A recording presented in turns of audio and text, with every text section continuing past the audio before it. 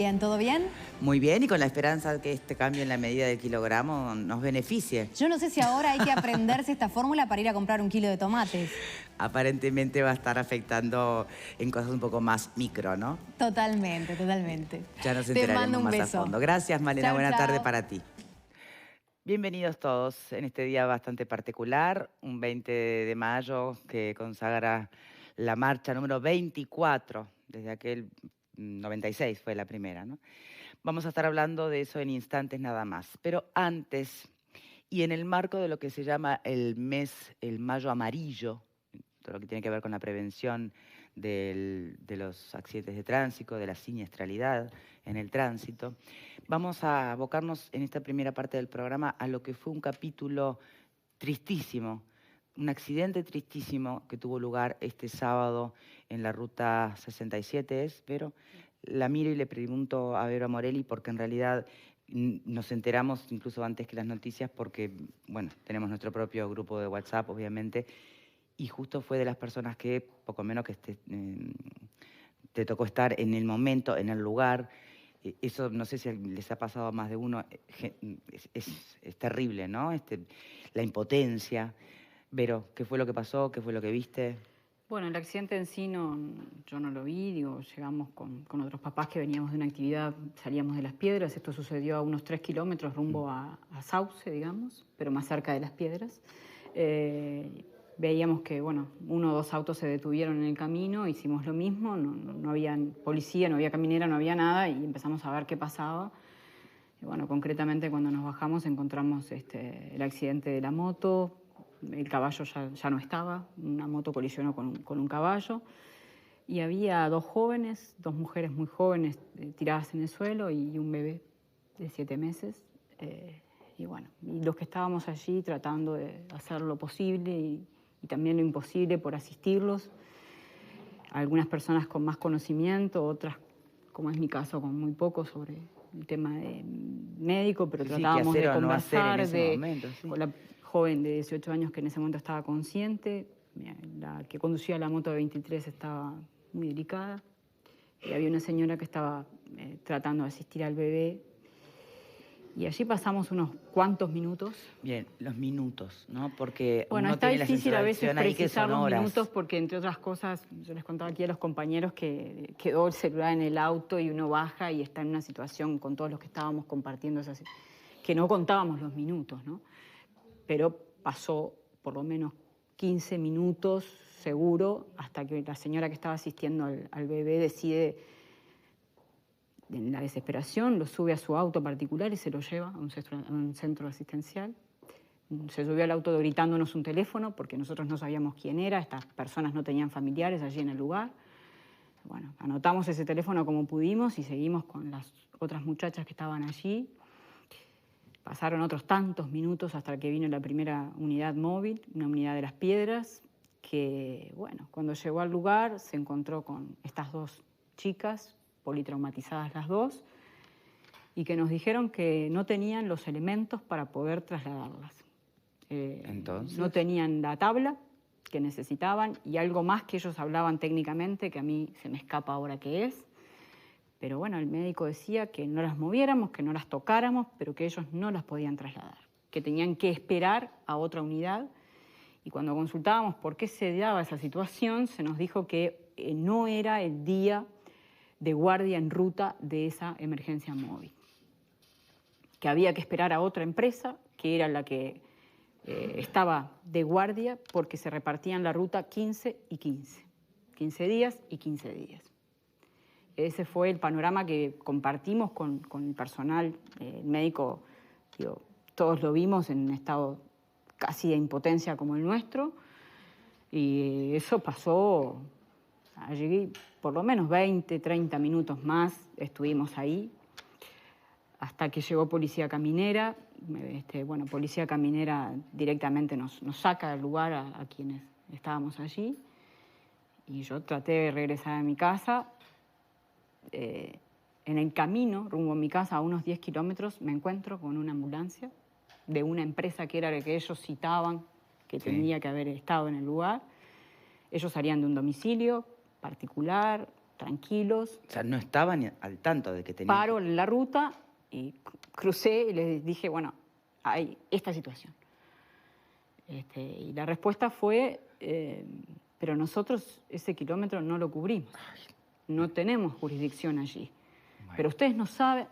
No, nosotros no estamos enterados. Y realmente, por la forma en la que hablaban, no lo sabían, digo. Y bueno, a raíz de eso acuden al lugar y efectivamente se realizan los traslados, pero... Se constató tiempo después la muerte tanto Se del bebé constata. como de la mujer de 23 años. Sí. ¿Era la madre del bebé? No, la mamá está internada y, bueno, vive. La otra muchacha. La otra muchacha era la que conducía, la de 23 años, que tengo entendido que era la madrina del bebé. Bien. Uno escucha el relato además y decís, y lo primero que te viene a la mente es dónde está el sentido común. No significa esto que podamos livianamente acusar los protocolos, las jurisdicciones y lo que de las ambulancias o las empresas. Pero algo hay que decir, esto no es normal, ¿no? Que haya dos personas tiradas muriéndose. Y de otro lado uno podía percibir la angustia. La angustia sí. humana de lo que nos estaba pasando. Todos, aunque no supiéramos de medicina, sabíamos que estábamos ante una situación de gravedad, pero falló el protocolo, la comunicación, la forma en la que se trabaja. No lo sé. Tampoco sé si llegar antes o después hubiese cambiado algo, no lo puedo saber. Nadie está acusando concretamente de nada, simplemente es que la situación que se vive en rutas nacionales se transforma en tierra de nadie. Bien. Y eso hay que cambiarlo. ¿Y qué hay de aquel proyecto de ley del Sistema Nacional, ¿no?, de Trauma, que justamente lo que intentaba o intenta es prevenir estos desconciertos, ¿no?, entre otras cosas? Tenemos un móvil en este momento en vivo, está con el presidente del Sindicato Médico del Uruguay, Gustavo Greco, Diego Travieso. Buenas tardes para los dos. Victoria, ¿qué tal? Buenas tardes para todos. Efectivamente estábamos escuchando el relato de Verónica y el Sistema Nacional de Trauma de Emergencia es un proyecto todavía desde 2016 porque sigue encajonado y ni el Parlamento ni el Ministerio de Salud Pública le ha dado visto bueno a este proyecto, Gustavo, que de alguna manera, como decía Victoria, uno de los objetivos es ¿no? Acelerar los procesos cuando hay siniestros de tránsito. Primero te quiero pedir una reflexión con respecto a lo que estábamos escuchando. ¿Qué tal? Buenas tardes a todos.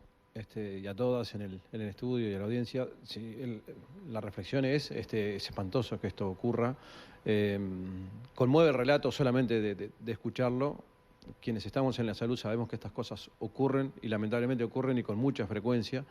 Y no puede ser que estas cosas ocurran, no puede ser esa incertidumbre, porque bueno, esos minutos son vidas.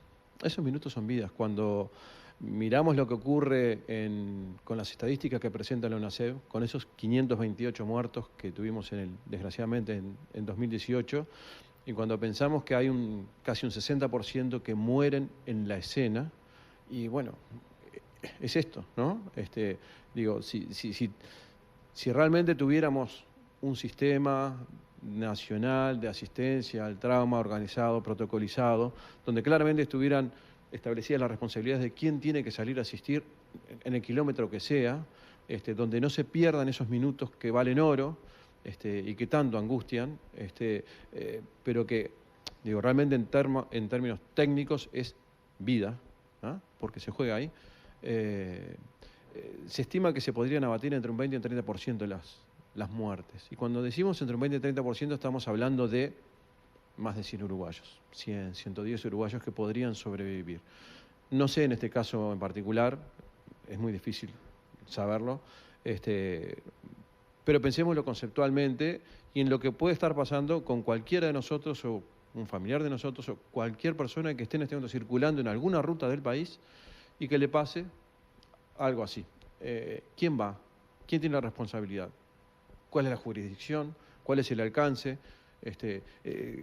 ¿Quién determina que determinada ambulancia tiene que asistir?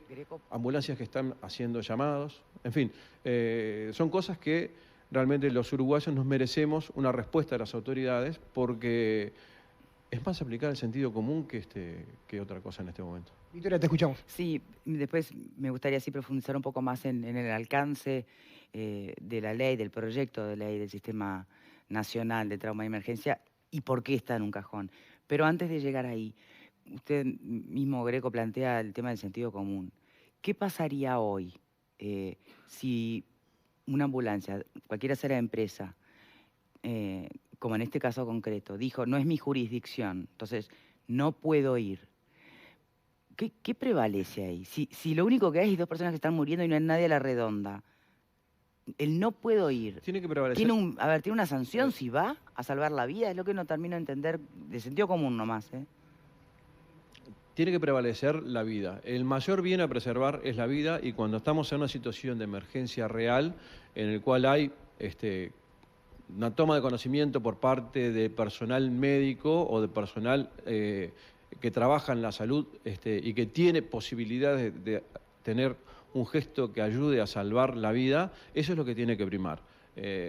Las jurisdicciones, los días en que se dividen... Los turnos, los horarios, no sé. Es un terreno en que no se puede entrar cuando hay riesgos de vida, y todo lo demás queda condicionado porque nuestro mandato ético es preservar la vida. Eso es lo que tiene que prevalecer. Pensando en eso, ¿corresponde que una excusa sea no es mi jurisdicción? ¿O corresponde no tengo implemento porque no estaba de turno? Que fueron las respuestas que se obtuvieron en este caso concreto. Yo entiendo que no... Corresponde. Sé que lo estoy poniendo en un aprieto, pero porque uno también, al conocer sus derechos, después pelea y dice, no, me importa nada, que no estés de turno, se está muriendo gente, vení, no sé. Está bien. A ver, yo no conozco el caso y no puedo abrir juicio sobre una situación sobre la cual no tengo conocimiento, pero si estamos en la escena del siniestro, corresponde asistir. Hasta que llegue otra ambulancia que traslade, pero la asistencia tiene que brindarse y tiene que haber una continuidad en el proceso asistencial hasta que el paciente es resuelto. Eso es lo que tiene que ocurrir. ¿Qué fue específicamente lo que ocurrió en este caso? Bueno, tengo el relato de lo que acabo de escuchar, no tengo más información, pero eso es lo que tiene que ocurrir y lo que los usuarios del sistema de salud tenemos que exigir como derecho. Bien, está bueno que eso se refuerce a través de este móvil. Ahora, yendo al proyecto de ley, ¿no? ¿Por qué está en un cajón? Si supuestamente, puedo haber entendido mal, pero tenía idea de que no era algo que fuera a requerir más recursos, sino todo lo contrario. Se trataba de coordinar recursos ya existentes y que, por ejemplo, no terminen trasladando a una persona politraumatizada a un lugar donde no hay un equipo que es lo que demanda la persona para ser atendida en el momento.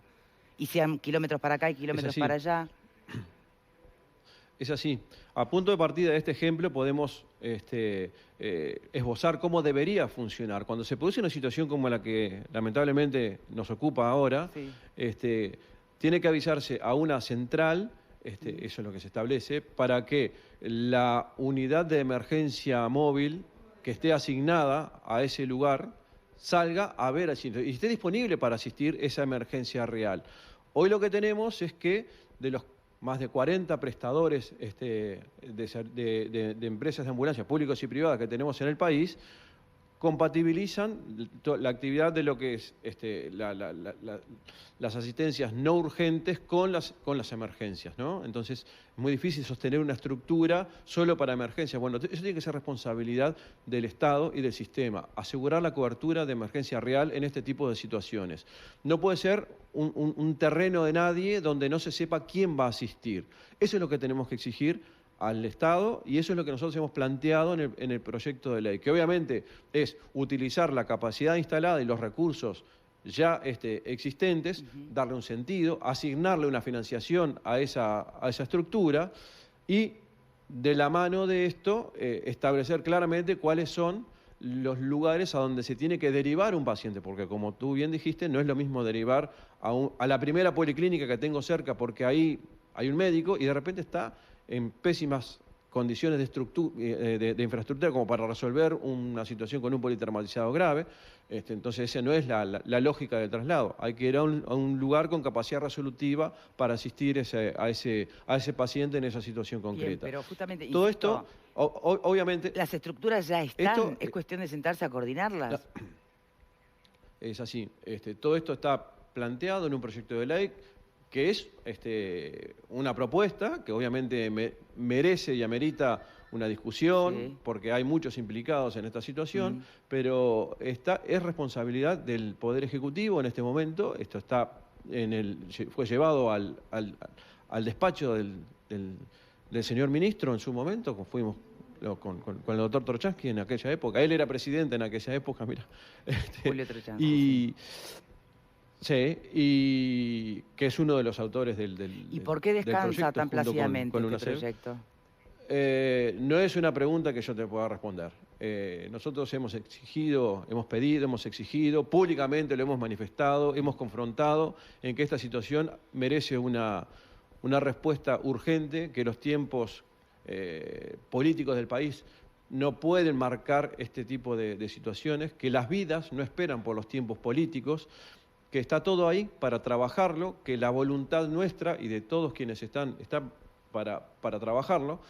Y bueno, la pregunta hay que trasladarla a otro sitio, no a nosotros, porque por parte nuestra, con capacidad de análisis, de crítica, de propuesta y de materializar una propuesta y de trabajar sobre esa propuesta, no tengan dudas que existe. Bien, Greco, muchísimas gracias por su tiempo. Gracias, Diego. Un placer. Gracias, Victoria. Adelante ustedes. Bien. ¿Reflexiones por aquí?